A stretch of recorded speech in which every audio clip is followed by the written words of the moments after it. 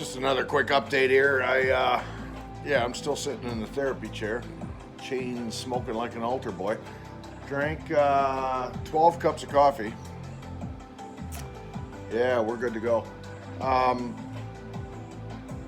But I figured out my brake issue on the Jeep, and yes, I did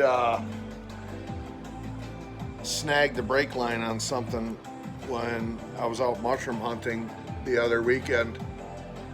There was a section of trail at the base of Big Steepy that there's no place to park.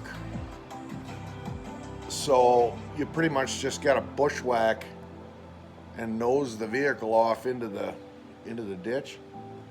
And I think there might have been a log or a big branch or something in the tall brush, and it snagged on a brake line and it ripped it.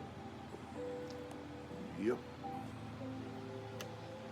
So when I got home yesterday, I was just curious, and I thought, well, I wonder if I can just see what's going on. My fear was that I had a brake line rusted out on the frame or something, one of the steel lines.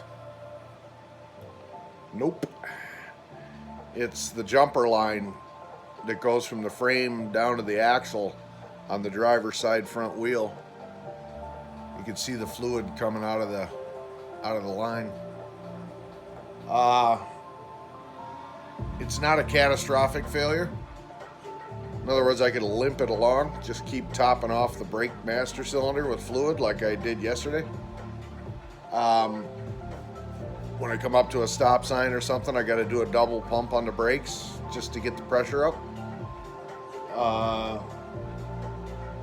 But I got a hold of Scrunch this morning and I told her what happened. And she's like, well, can you fix it? And I'm like, yeah, I can fix it. I just don't want to. It's not a matter of putting on another brake line and you're done. You got to bleed the brakes. And that, I don't enjoy doing that. So I thought about sending it into a shop. They've got a special machine they can hook up to a vehicle to bleed the brakes automatically. Get all the air out of the lines. That's what the problem is with the mushy pedal. There's air in the lines. You lost your hydraulic pressure, basically. But I don't want to blow money on something I could do myself with just a little bit of effort. So Scrunch said she'd help me bleed the brakes. So I need somebody to sit in the vehicle and pump the brake pedal while I crack open the bleeder to get all the air out. And then I should be okay. So I think I'll, tomorrow on my route, I'll stop at an O'Reilly's and I'll pick up a new front brake hose kit. And that'll be something we tackle next weekend. I'll try to limp it through the week. And, or maybe she can come up some night after work. She's out of town until Thursday-ish or so. But I'm glad I got help, you know. So that's a good thing. It's good to have good friends, you know. So that's just a current update situation.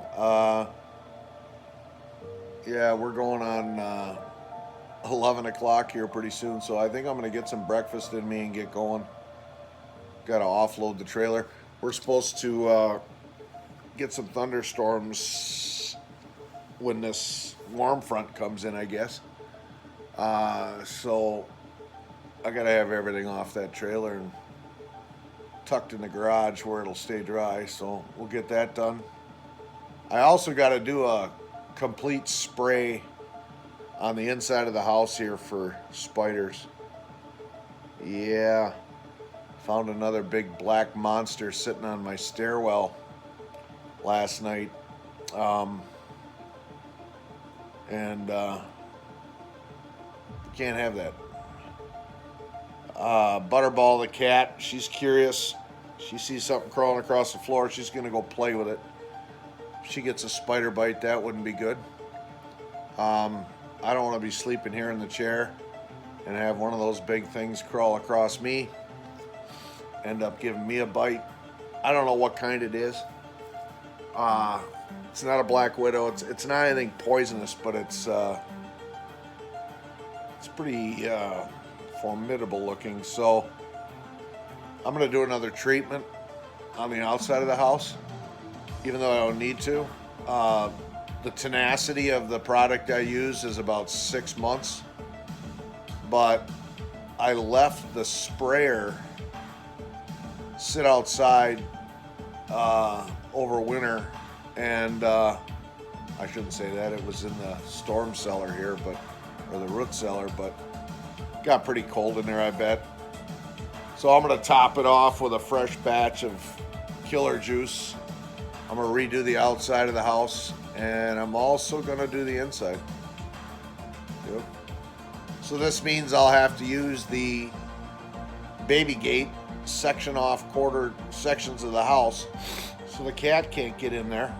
Do a treatment, let it dry, and then systematically work my way around the house on the inside and the outside. So that'll take some time. Ugh. So taking the boat ride probably won't happen until later this afternoon or in the evening.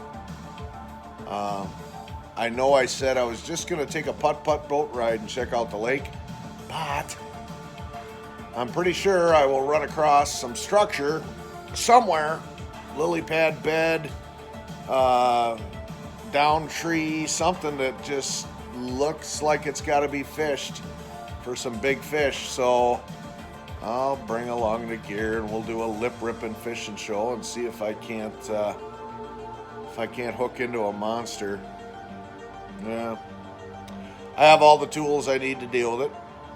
I got my nets, I got my bolo grip, so if I get into a big unruly northern pike, I can hang on to them without cutting myself up. I got what I need to do it. I just been reticent to do it because I know the quality of the fish in here based on pictures from my neighbor Steve next door here, and there's some monsters. Yeah, and I'm not so sure I want to tie into a monster yet, but I had a monster something. I don't know if it was a bass or a pike. I'm thinking it was a pike. There's a bay off to the east of me here. The lake kind of makes a little jiggity jog, and out in the middle of that bay, something big the other night grabbed something, made a big old boil and a splash. So yeah, they're in here. So, but I'll take the bass rod along, and we'll see if we can make something. I know we'll make something happen. It's inevitable. I know it's going to happen, but we'll do a little of that too in the evening during the magic hour. So, all right, but I better get going, or my destiny will be this chair for the rest of my day, and we can't have that. So stand by.